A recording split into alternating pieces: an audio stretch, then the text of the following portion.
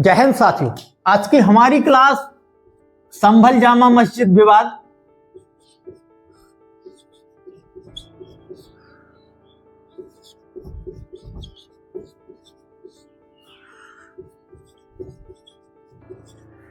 ये थोड़ा सबसे ज्यादा चर्चाओं में रही। बाकी मस्जिदों में तो हमारा कोर्ट का सारा हस्तक्षेप केस चल के सारे हुए हैं।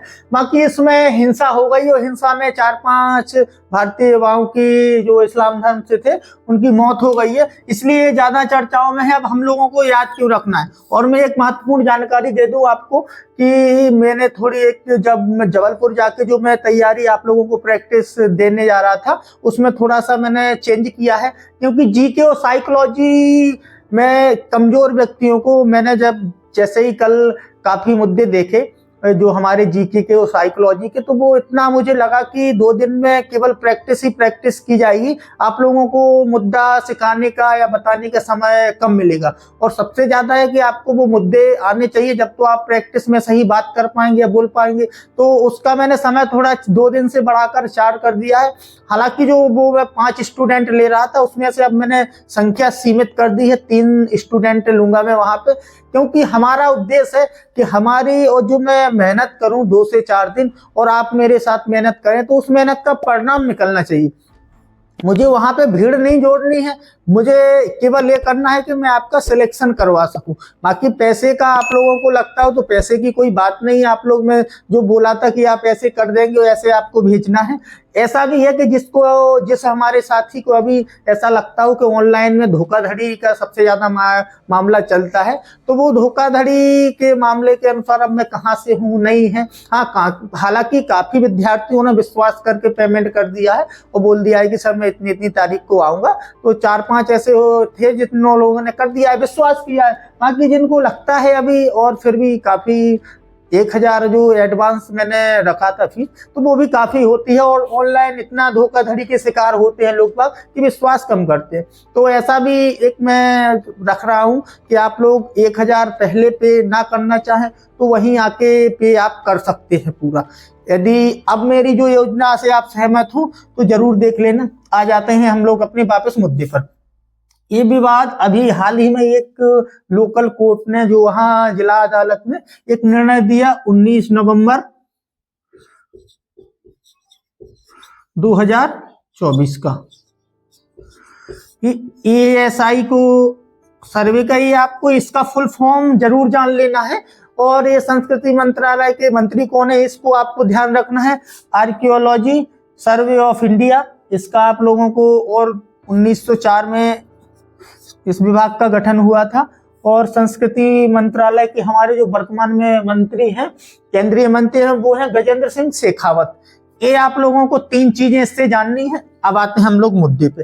ESI टीम सर्वे करने के लिए जाती है, कोई विवाद नहीं था, आराम से सर्वे, भीड़ भले ही एकत्रित थे क्योंकि वो मुस्लिम बाहुल्य इलाका था, तो ESI ने सर्वे किया और निकल जाते हैं।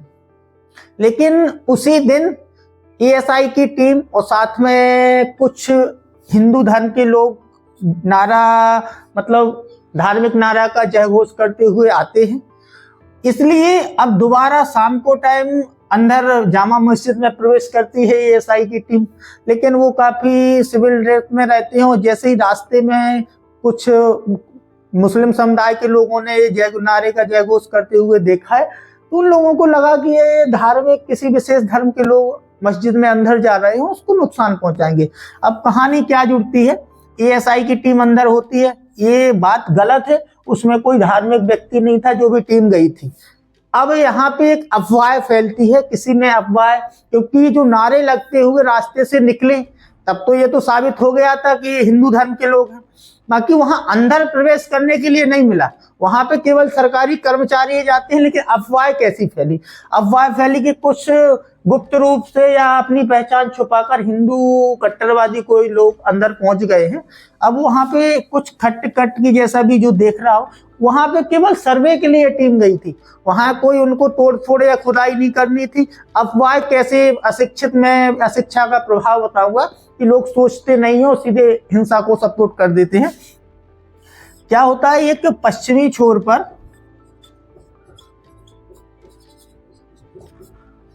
एक ढलान नुमा बड़ा सा बुर्ज है। बुर्ज की थोड़ी ज्यादा महत्वता होती है। इसमें आवाज आई तो इन लोगों को, बाहर वाले लोगों को लगा कि अब ये लोग खुदाई या तोड़ने लगे हैं बुर्ज को। ये अफवाह में, यहाँ से फिर पत्थरबाजी शुरू होती है। पत्थरबाजी शुरू होती है तो हिंसा इतनी भड़क जाती है कि पुलिस भी काबू नहीं कर पाती, और बाकी वहां पुलिस बल बहुत सारा तैनात था। ये गलती मुझे लगता है, मैं तो सबसे ज्यादा पुलिस प्रशासन की मानूंगा। हाँ, कुछ ऐसे लोग होंगे। आपने सबसे पहले तो इतनी भीड़ वहां एकत्रित होने कैसे दी, पहली बात। दूसरी बात, जब आपकी सुरक्षा में सर्वे हो रहा था, आपकी जिम्मेवारी थी कि एएसआई की सर्वे की टीम वहां आप पहुंचाएं, सर्वे करवाएं और सुरक्षात्मक रूप से वहां वापस लेके आए। तो ये जो विशेष धर्म के लोग कुछ नारों का, अपने धार्मिक नारों का उद्घोष करते हुए उसमें टीम में सरकारी तंत्र में शामिल कैसे हो गए, सबसे बड़ा प्रश्न यही है, प्रश्नवाचक चिन्ह। वो सरकारी तंत्र का देखो, पंथ निरपेक्ष, आप, मैं ये भावनाओं में नहीं बहना, मैं जो बातें बोल रहा हूँ वो आपको इंटरव्यू के पर्पज से बोल रहा हूँ कि हिंदू धर्म के विरोधी या इस्लाम धर्म के समर्थक या इस्लाम का समर्थक हिंदू के विरोधी, ऐसा कुछ नहीं सोचना। क्योंकि आप लोगों को ब्लेम करना है तो प्रशासन पे करना है, प्रशासन की कमजोरी पर करना है कि कहाँ यदि कोई प्रतिनिधित्व करता है बड़ा अधिकारी, मान लो आप ही हैं किसी सेना में और बटालियन में, आपको प्रतिनिधित्व करो, तो ये आपकी जिम्मेवारी है ना कि आप पूरा सिस्टम जमाएं कि हम लोगों को कैसे, कोई ऑपरेशन है, मान लो कई आतंकवादी छिपे हैं, उस ऑपरेशन आपको लीड करने के लिए दिया गया है, तो आपके पास होना चाहिए ना ये सारी प्लानिंग कि कैसे करनी है, कैसे हमारे सैनिकों को नुकसान ना पहुंचे और कितने अच्छी तरीके से हम इसको सॉल्व कर ले। तो ये हुआ। अब वहां पे पत्थरबाजी हुई, काफी ऐसी चीजें चली, लेकिन अब आप लोगों को देखना है कि शुरुआत, बैकग्राउंड क्या, आखिर इसका बैकग्राउंड क्या है। अब आते हैं हमारे 1911 में। पहले शुरुआती समझ लेते हैं कि क्या है। 1529 में, एक एक याद रख लेना, कहा जाता है कि बाबर पहला जो मुगल शासक था हमारे भारत देश का, वो संभल आए। संभल आते हैं बाबर, वहां पे उनके एक सेनापति हदू बेग, ठीक है, सेनापति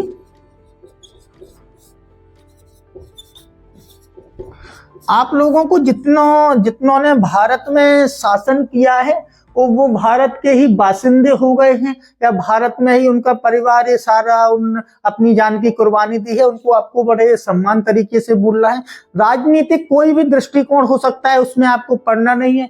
इन लोगों ने जो भी मुगल जहाँ के थे, ठीक है, पश्चिम एशिया से आए थे या अफगानिस्तान से या जहां से भी, इन लोगों को आपका सीधा है कि इन लोगों ने यहाँ शासन किया तो यहीं के रहने वाले हो गए, ये लोग हमारे यहाँ से लूटपाट करके कहीं वापस नहीं गए। तो आपको सम्मान से बोलना है, बाकी सम्मान नहीं रखना है तो वो नहीं रखना है आपको ब्रिटिश इंडिया के प्रति। उसने भारत को लूटा असली में। तो ये बाबर हमारे यहाँ पे इनके हदू बेग सेनापति कहा जाता है, कहानी है, देखो क्लियर बात। अब जो अपने पक्ष है, हिंदू पक्ष मुस्लिम पक्ष क्या है, तो इन लोगों ने देखा कि बाबर ने मस्जिद को देखा तो एक आदेश दिया हदू बेग अपने सेनापति को, तो सेनापति ने हरिहर मंदिर को, अब देख लेना, हरिहर मंदिर भगवान कल्कि को समर्पित है।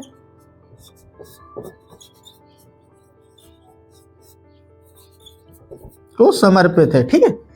हरिहर मंदिर नाम क्यों पड़ा, ये आपको बहुत जरूरी जानकारी है, ये आपको पता होनी चाहिए।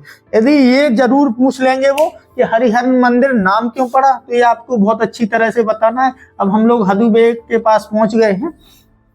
आदेश दिया हदू बेग ने कुछ आंशिक रूप से उस मंदिर को नुकसान पहुंचाते हुए और मस्जिद नुमा कन्वर्ट करके और वहां उस मस्जिद के रूप में उपयोग करना शुरू कर दिया।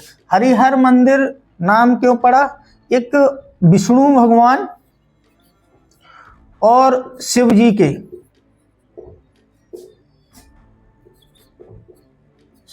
के बीच विशेष विग्रह हुआ। ये आपको लाइन याद रखनी है, क्योंकि यही वो लाइन है जो हरिहर मंदिर नाम पड़ने की वजह है कि विष्णु जी और शिव जी के बीच विग्रह हुआ, इस वजह से इसका नाम हरिहर मंदिर पड़ा। भगवान कल्कि को समर्पित है। अब इसका ऐतिहासिक बैकग्राउंड देखते हैं कि कहां से ये शुरुआत हुई विवादों की। एक मंडलीय गजेटियर में प्रकाशित हुआ 1911 में एक लेख,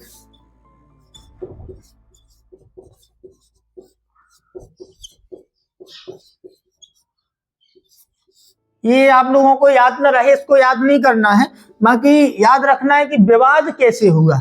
1911 में होता है एक लेख प्रकाशित, उसमें बाबरनामा का जिक्र है और 687 पेज का जिक्र किया। मैं अपने आप के लिए मतलब इसलिए ज्यादा जानकारी आप लोगों को बता देता हूं कि यदि आप लोगों को जितना कम से कम भी याद रहे, वहां पे आप संभल मस्जिद सारे पॉइंट तो नहीं भूल जाएंगे, कम से कम जो भी याद रहे वो आपको एक दो पॉइंट कम, सामने वालों को, इंटरव्यू पैनल वालों को विश्वास तो होना चाहिए कि जानकारी में है। हालांकि घबराहट की वजह से, हड़बड़ाहट की वजह से भूल जाते हैं, उनको पता है, उन लोगों ने जब भी इंटरव्यू दिया होगा उन लोगों को ये जानकारी होती है, तो घबराना नहीं है। ये जिक्र करते हैं कि वहां पहले बाबरनामा में जिक्र है कि मंदिर था लेकिन अब अस्तित्व में नहीं है। वर्तमान में जो हिंदू पक्ष के वकील हैं या जो भी दावेदार हैं, उन लोगों ने आईने अकबरी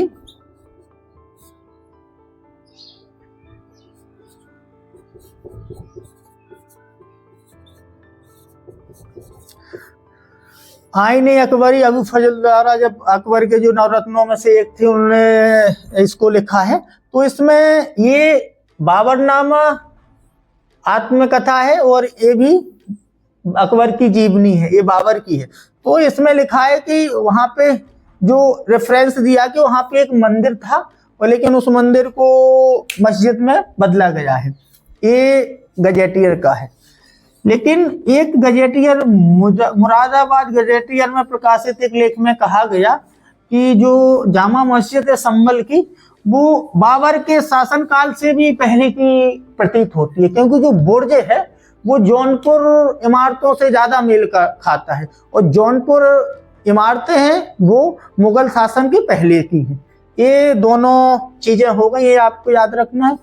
अब आते हैं हम लोग की 1626, 1657 और 1845।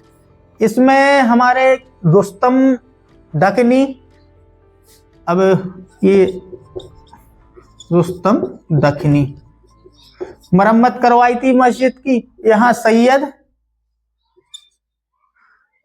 सैयद ने, तो ये आपको, और ये वाली मरम्मत जो ब्रिटिश शासनकाल की देखरेख में मस्जिद कमेटी द्वारा जो भी वहां पे एक्टिव थी, तो इसमें आप लोगों को देख लेना है कि वहां पे जो मस्जिद का मरम्मत का काल हुआ वो इस समय हुआ।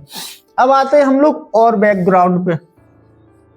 और बैकग्राउंड क्या है, आप लोगों को पता है कि जब सतयुग में सुब्रत या सब्रत कहा जाता था इस स्थान को, या सब्रत, इस सतयुग में जो पौराणिक या हमारे ऐतिहासिक प्रमाण हैं वो ये है। अब आते हैं हम लोग त्रेता में, इसमें महदगिरी बोलते थे। अब आते हैं हम लोग द्वापर में पगला बोलते थे, और अब कलयुग में संभल, इस नगर को, ठीक है। अब मंदिर होने का प्रमाण है, एक पुराने शहर के बीच में एक टीला है, उस टीले के ऊपर विष्णु भगवान का मंदिर होने का प्रमाण है। ये काफी प्रमाण प्रस्तुत किए गए। अब हालांकि 1904 में आप लोगों को बता दूं कि ये जो हमारी पुरातात्विक संरक्षण जो हमारी संस्था है ESI, इसके अंडर में आ गया था, और 1920 में इसको ये अधिनियम है जिसके अंतर्गत किसी भी सांस्कृतिक विरासतों को संरक्षण प्रदान करने के लिए दिया जाता है। तो ये 1920 में लिया गया। हिंदू पक्ष का एक दावा है कि ये लोग मंदिर का जो हिस्सा है वो अवैध तरीके से मुस्लिम कमेटी है वो उपयोग कर रही है और ये सरकारी जो संस्था है उनको उपयोग करने दे रही है। तो ये सारी चीजें आप लोगों को याद रखनी है, कौन सी क्या है, कब क्या बोला जाता है, संभल का नाम क्यों पड़ा। एक महेशमती नदी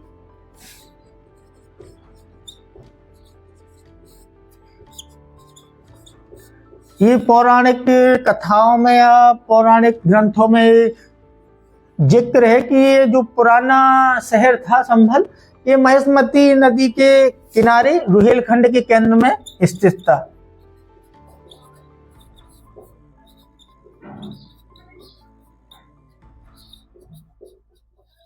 बसा हुआ था, महेशमती नदी निकलती थी। तो ये सारी चीजें आप लोगों को याद रखनी है, कब घटना हुई, क्या घटना हुई और किस पर आप ब्लेम करेंगे।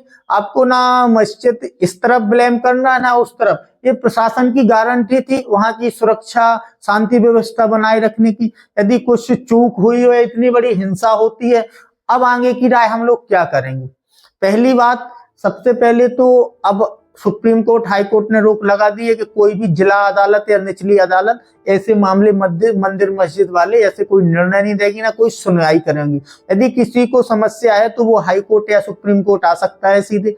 अब दूसरा जो कमेंट किया है, पहली बात तो अफवाहों के बाजार पर सरकार को लगाम लगानी चाहिए और इन अफवाह के बाजार पर मैं एक अलग से क्लास लूंगा, क्योंकि मॉब लिंचिंग के भारत सरकार ने एक परिभाषा और उसके लिए सजा निर्धारित कर दी है कि पहले आप लोगों ने कई केस देखे होंगे कि बच्चा चोरी के शक में या वैसी चोरी के शक में लोगों पर या कोई विक्षिप्त है मानसिक, उनको कई ऐसे आरोप लगाकर और उनको मारना पीटना शुरू कर दिया जाता था कुछ भीड़ द्वारा, लेकिन उसकी मौत हो जाती थी। अब इसका जिम्मेदार कौन है? लेकिन भीड़ का तो कोई शक्ल होती नहीं है। वो केस ऐसे, मान लो आप लोगों ने 20 अज्ञात लोगों पर केस किया है, अब वो अज्ञात लोग कौन होंगे, किन गरीबों को सताया जाएगा, कैसा है, ये सारी चीजों ज्यादा सुप्रीम कोर्ट संवेदनशील थी इसमें, तो उसने निर्णय दिया कि इसमें एक अच्छे सही स्पष्ट दिशा निर्देश जारी कर। तो आप लोगों को याद रखना है, यदि आप मॉब लिंचिंग में जवाब देंगे तो उसमें बता देंगे कि आप नीचे मतलब 3 साल से फांसी तक की सजा का प्रावधान है इसमें मॉब लिंचिंग में, भीड़ हिंसा में। तो जितने भी हमारे साथी हैं वो इस सारी चीजों को एक एक करके जोड़ लेना है। विवाद क्या हुआ है वर्तमान का, पुराने शहर का पूरा इतिहास क्या है, कैसे जुड़ता है, और आपको ये पॉइंट में जौनपुर वाला जो बताया कि इमारतों से मिलता जुलता है, ये वाला आपको जरूर जिक्र कर देना है। अब बाकी एएसआई ने सर्वे किया है, क्या होता है वो हमारे सुप्रीम कोर्ट हाई कोर्ट क्या उसका निर्णय देते हैं। ये धार्मिक स्वरूप जानने का केवल आदेश था, वहां पे जो सर्वे होना था वो धार्मिक स्वरूप के लिए गए थे। लेकिन अफवाह इतनी फैली कि अंदर टूटने लगा है, उस बुर्ज को तोड़ने लगे हैं, तो इन सारी चीजों ने वहां हिंसा का रूप ले लिया। और हिंसा किसी भी मुद्दे का समाधान नहीं है, चाहे वो हिंदुओं के साथ हो चाहे वो मुस्लिमों के। यदि हमको राष्ट्रीय एकता, अनेकता में एकता, सामाजिक सौहार्द और हमारे देश की शांति व्यवस्था बनाए रखनी है तो हम लोगों को एक दूसरे के ऊपर विश्वास और प्रशासन के ऊपर विश्वास करके चलना है। हालांकि जो प्रशासन की जवाबदेही है उसका वो ईमानदारी पूर्वक निर्वहन करे। आपके उत्तर में ऐसा होना चाहिए, ये सारी चीजें आपको बतानी है, ठीक है।